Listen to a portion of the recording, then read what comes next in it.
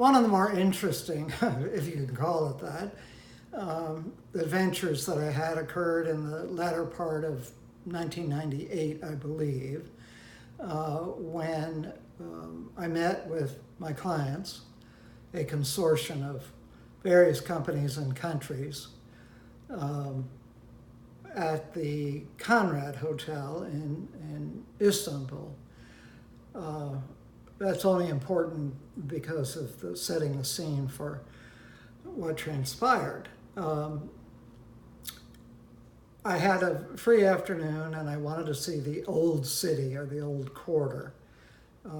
So I left the hotel and walked, it wasn't far, with the ubiquitous big stone walls and so forth. So I strolled around the quarter, which was like other European quarters, which had buildings on all four sides, and an open square of cobblestones, I assume, fairly large, maybe 200 by 200, I have no idea, with a fountain and statue in the middle, just like every other city has. Anyway, I strolled around there looking at various things when a man came up to me and said, are you a tourist? And I said, well, not really, but yes, I am. Would you like a guided tour of the old city? And I said, well, sure. Dumb, but I said sure. So he started talking about the buildings, this was this and that was that and so forth. And then he said, are you interested in antiquities? I thought he wanted to sell me some stolen Egyptian sphinxes, I don't know. And I said, well, yes, but that's not a great big deal to me. He said, well, I have an associate that is a specialist in antiquities. And if you would like to meet him, I'd be happy to introduce you, and he can tell you about some of the antiquities that are in the Blue Mosque and Topkapi and all these other places. So I said, okay. So he took out his phone and called this fellow, presumably. He told me, I'll check and see where he is. And as luck would have it, he turned to me and he said, he's right over there in that bar over there, having a drink with friends. And I thought, well, good, I don't have to travel. So we walked over and went into this bar. It's as you might imagine it, lace curtains on the windows. The front, as I recall, was red, including the door, dull red. The tables inside had tablecloths on them. There weren't that many, maybe a dozen. And straight ahead from the door was a staircase that went up to a balcony overlooking the first floor. It was open, where there were other tables.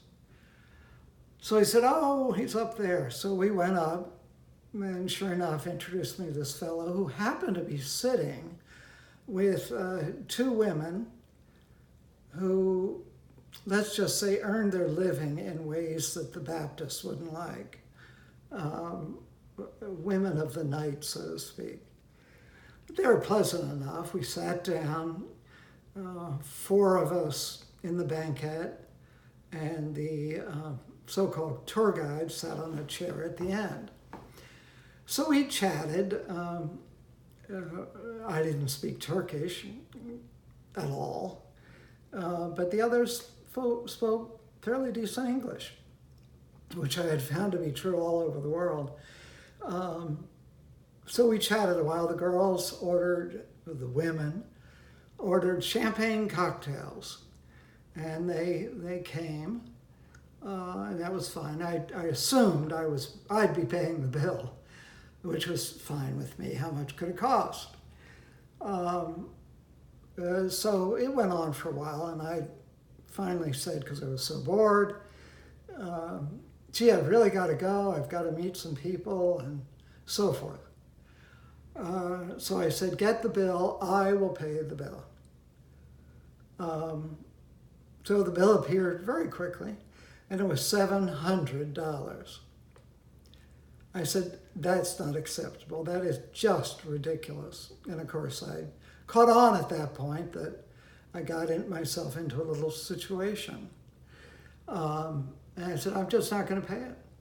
And the waiter said, well, you have to pay it. And I said, no, I don't have to pay it. You know, the Americans.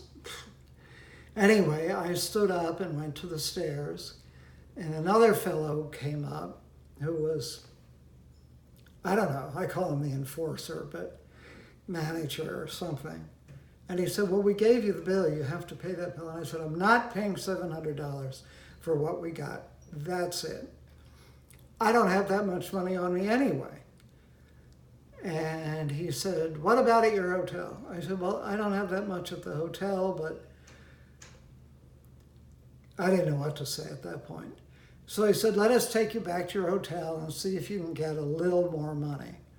I'm thinking I'd give him $100. So I stupidly got into this old car, which is redundant in Turkey. All of the cars are old and falling apart because of huge tariffs on imports. And they patch them together and they run. Anyway, got in the car and we went towards the hotel.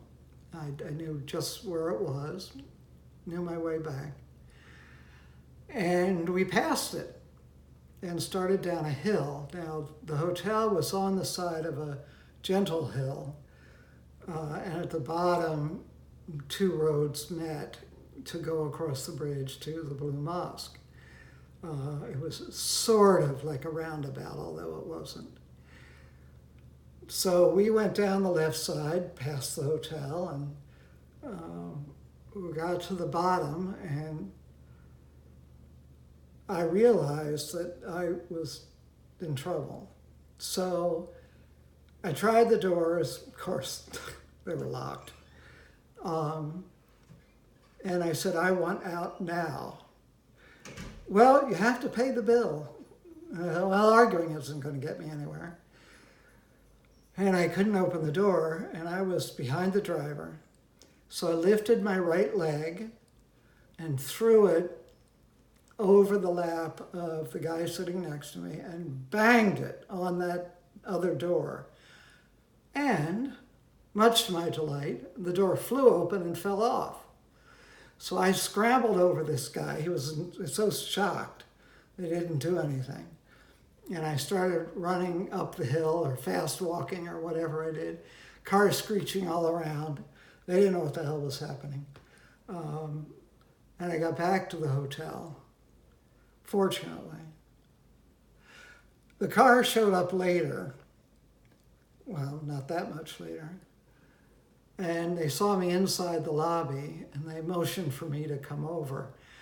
And there were guards in the lobby with like Kalashnikov rifles and stuff. So I thought, well, I'm pretty safe. And I wasn't going to go out or get into a car. I pushed the door just a little bit to here. And he said, you have money here. You must have money here. You can pay the bill. I said, absolutely not. No way. And I said, why don't you come in here? And the fellow who was, I think he was the driver, I don't know, said, oh, no, I'm not allowed. And I knew, of course, that he had a reputation. The guards would have done something, I'm sure. And so I told a guard sort of what had happened, and he said, don't worry, we take care of this. And they did. So my stupidity turned out all right in the end. But what an adventure. Kidnapped in Turkey.